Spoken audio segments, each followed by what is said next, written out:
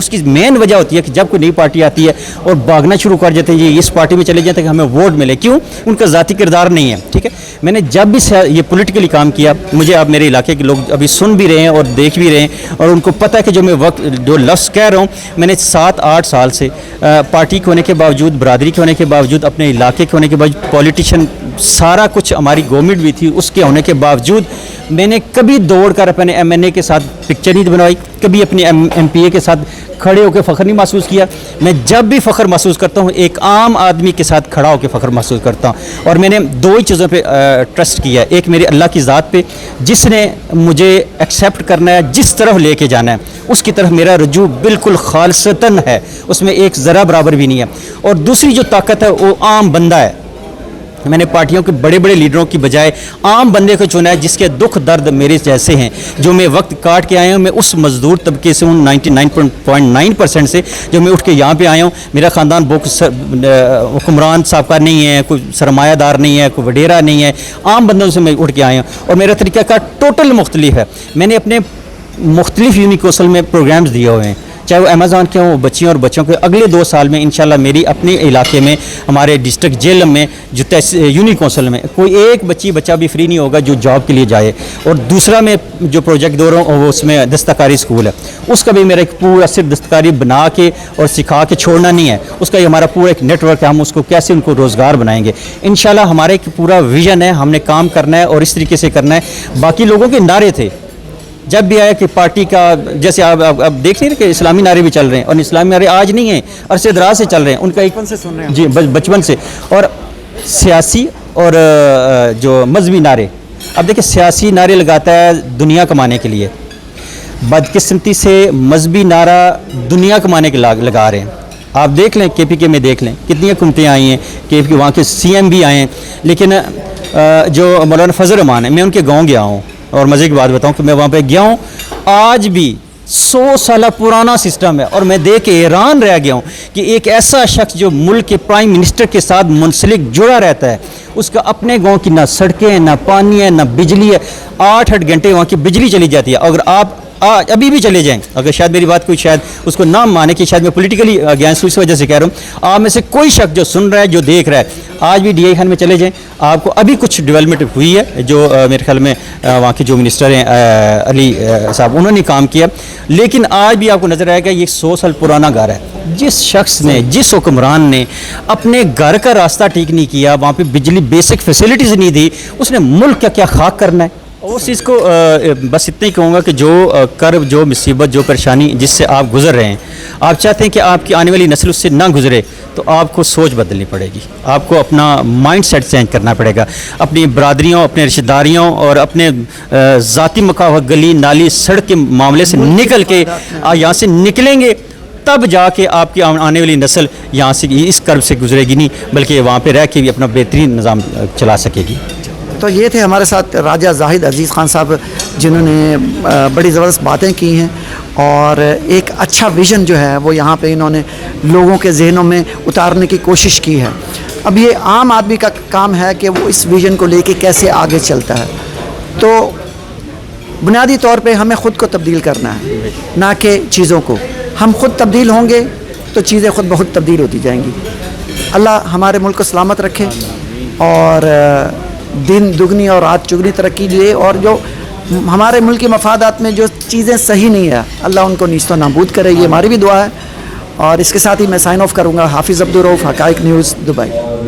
جناب H A رؤوف صاحب, آپ کا خصوصی شکریہ تشریف لائے جرنلزم کو جو ہے مزید روشن اور عیاں کرنے کے لیے. اور جناب کشان تمسے صاحب, آپ کا بہت شکریہ. تھینک یو سو مچ. دونوں صاحب کی ذات کے لیے خصوصی طور پر تعلیم.